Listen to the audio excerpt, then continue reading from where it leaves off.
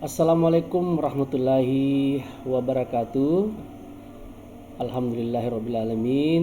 Kita berjumpa kembali dalam pembelajaran bahasa Indonesia untuk siswa kelas 10 sekolah menengah atas. Pada pembelajaran kali ini kita akan membahas tentang laporan hasil observasi, yaitu KD 31, mengidentifikasi laporan hasil observasi yang dipresentasikan dengan lisan dan tulisan.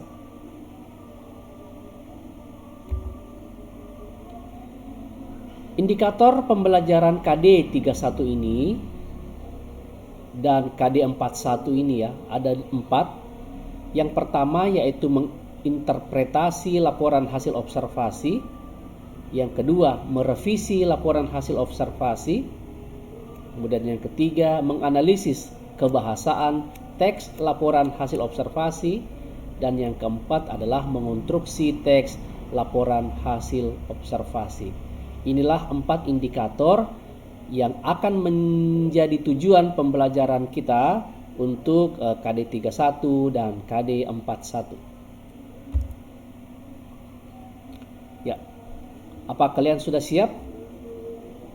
Mari kita memasuki untuk indikator yang pertama, yaitu menginterpretasi hasil observasi.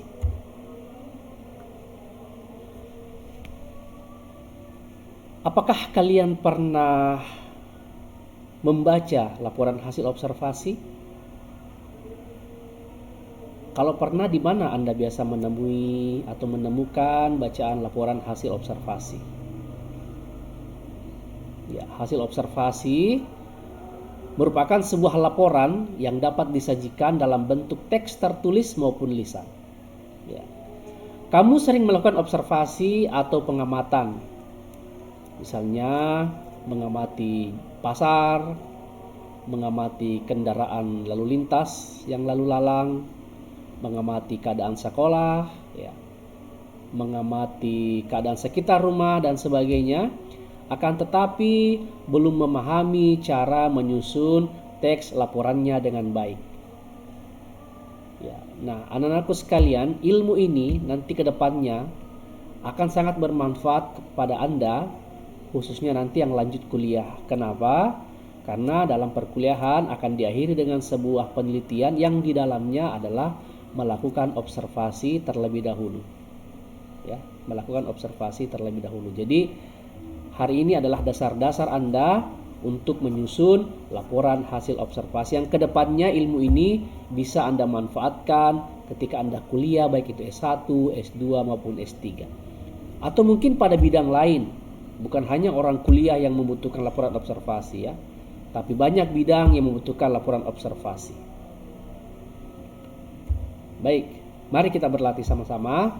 Bagaimana sih cara kita menginterpretasi terlebih dahulu hasil laporan observasi. Ya, di sini kita ada bacaan tentang wayang. Ya, tentang wayang. Coba dibaca, boleh dibaca dalam hati. Kita sama-sama membaca atau mendengarkan saya bacakan juga boleh. Wayang adalah seni pertunjukan yang telah ditetapkan sebagai warisan budaya asli Indonesia. UNESCO, lembaga yang mengurusi kebudayaan dari PBB, pada 7 November 2003 menetapkan wayang sebagai pertunjukan bayangan boneka tersohor yang berasal dari Indonesia. Wayang merupakan warisan mahakarya dunia yang tidak ternilai dari seni bertutur. Ya, dalam hal ini ditemukan oleh Masterpiece of Oral and Intangible Heritage of Humanity. Para wali songo, penyebar agama Islam di Jawa, sudah membagi wayang menjadi 3. Wayang kulit timur, wayang wong atau wayang orang di Jawa Tengah, dan wayang golek atau wayang boneka di Jawa Barat. Penjenisan tersebut disesuaikan dengan penggunaan bahan wayang. Wayang kulit dibuat dari kulit hewan ternak, misalnya kulit kerbau, sapi, atau kambing. Wayang wong-wong atau wayang wong berarti wayang yang ditampilkan atau diperankan oleh orang. Wayang golek adalah wayang yang menggunakan boneka kayu sebagai pemeran tokoh. Selanjutnya, untuk mempertahankan budaya wayang agar tetap dicintai, seniman mengembangkan wayang dengan bahan-bahan lain, antara lain wayang suket dan wayang metekar. Wayang kulit dilihat dari umur dan gaya pertunjukannya pun dibagi lagi menjadi bermacam jenis. Jenis yang paling terkenal karena diperkirakan memiliki umur paling tua adalah wayang purwa. Purwa berasal dari bahasa Jawa yang berarti awal. Wayang ini terbuat dari kulit kerbau yang ditatah dan diberi warna sesuai kaidah pulasan wayang pendalangan, serta diberi tangkai dan bahan tanduk kerbau bule yang diolah sedemikian rupa dengan nama cempurit yang terdiri dari tuding dan gapit. Wayang wong, bahasa Jawa yang berarti orang, adalah salah satu pertunjukan wayang yang diperankan langsung oleh orang.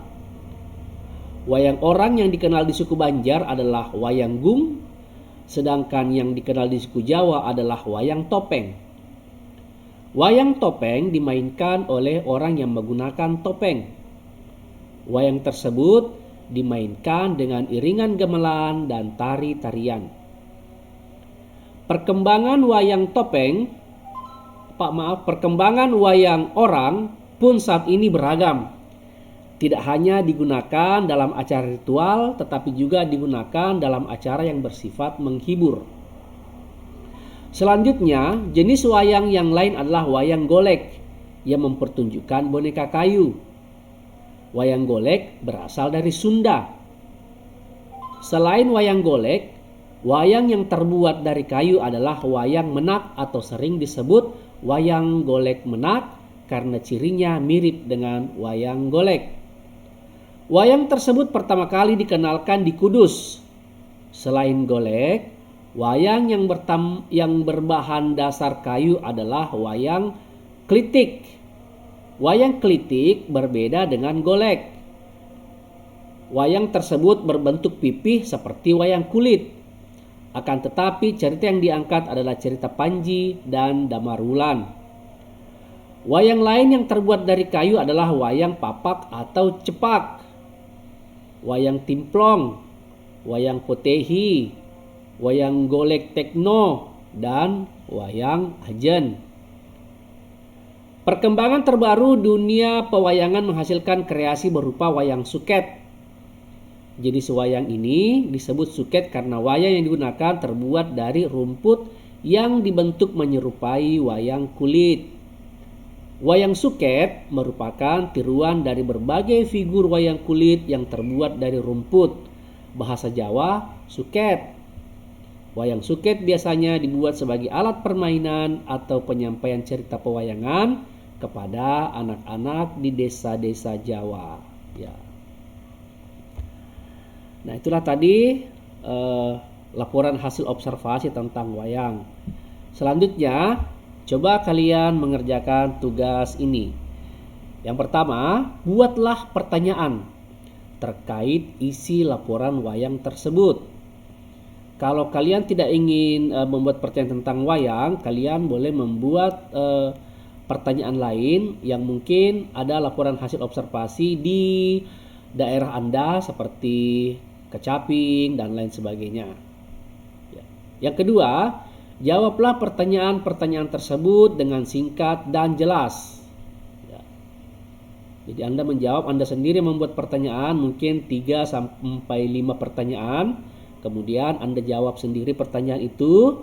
Nah, kemudian yang ketiga, mengapa teks tersebut digolongkan dalam teks laporan observasi. Ya. Kalian bisa mencari referensi tentang ciri-ciri observasi, sehingga Anda mengatakan bahwa teks tersebut tadi yang saya bacakan adalah laporan observasi. Tulislah hasil kerjamu di buku tugas. Ya, jadi kemarin kita sudah sepakat ada buku tugas dan ada buku catatan, dan kali ini kalian akan menulis di buku tugas kalian masing-masing. Jika ada pertanyaan atau komentar, silahkan kalian bisa mengisi di kolom komentar berikut di bawah ini ya. Silahkan diisi. Dan selanjutnya jangan lupa untuk like, share, and subscribe. Oke, terima kasih. Kita akan berjumpa untuk materi selanjutnya. Assalamualaikum warahmatullahi wabarakatuh. Dan selamat mengerjakan tugas.